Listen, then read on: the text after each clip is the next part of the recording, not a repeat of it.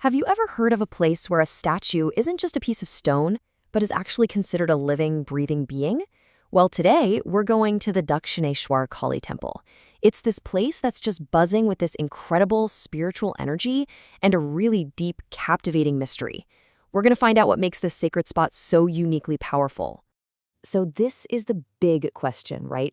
Why do thousands and thousands of people believe that the goddess here isn't just being worshipped, but is actually present, like actively interacting with the world? What is it that turns deep faith into a perceived living reality? Okay, to really get this, we have to start at the very foundation of the temple's power. It's known as a Jagat Shakti Peeth, which literally translates to a living seat of cosmic energy. Let's dig into what that actually means.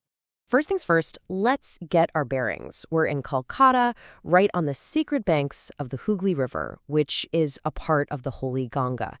And this location, it's not just some pretty spot on a map. It's spiritually charged, and it's absolutely central to this entire story. Now, that term, Shakti Peeth, is so important here. The ancient story goes that after the goddess Sati's self-immolation, her body was scattered across the land. And this very spot, where Dakshineswar now stands, is believed to be where the toes of her right foot fell. So you see, the ground itself was infused with this divine, living energy long before a single stone of the temple was ever laid.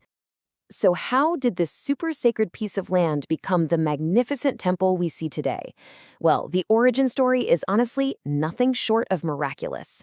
And it doesn't start with a king or a priest, but with a wealthy and incredibly devout queen. Okay, so check out this timeline. The year is 1847. A widow named Rani Rashmani has everything ready for this huge pilgrimage. Her boats are packed, the crew is all set to go. But then, the night before they're supposed to leave, something absolutely extraordinary happens that just stops everything in its tracks. Can you imagine hearing that in a dream?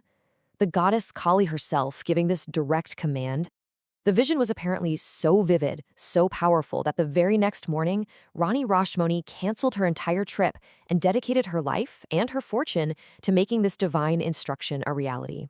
The temple was built, and it was grand and beautiful for sure, but you could say its soul hadn't quite arrived yet. And that brings us to the next absolutely crucial figure in our story.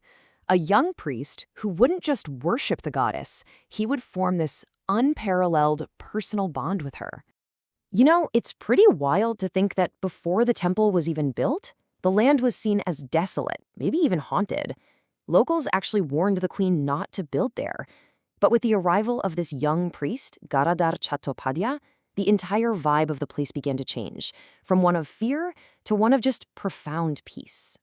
This priest, who the world would soon know as Ramakrishna Paramahamsa, had this incredibly unique connection with the deity. For him, the statue wasn't just a symbol. It was his living, breathing mother. He talked to her, he would feed her, he shared his deepest feelings with her, and he truly believed she was responding to him. His intense devotion just charged the temple with an energy that people could actually feel. There's a famous story that really captures his whole philosophy.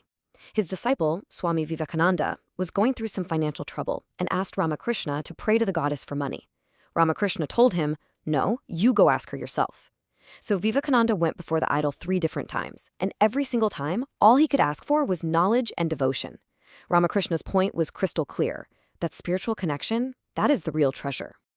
All right, so a place with this much history is bound to have some legends, right? Over the years, countless stories of unexplained things have just deepened the temple's mystical aura. Let's talk about a few of the ones that are still told today. People still whisper about a secret tunnel Ramakrishna used for deep meditation, totally hidden from the world. There are stories of the huge temple bells just ringing in the middle of the night, with nobody anywhere near them.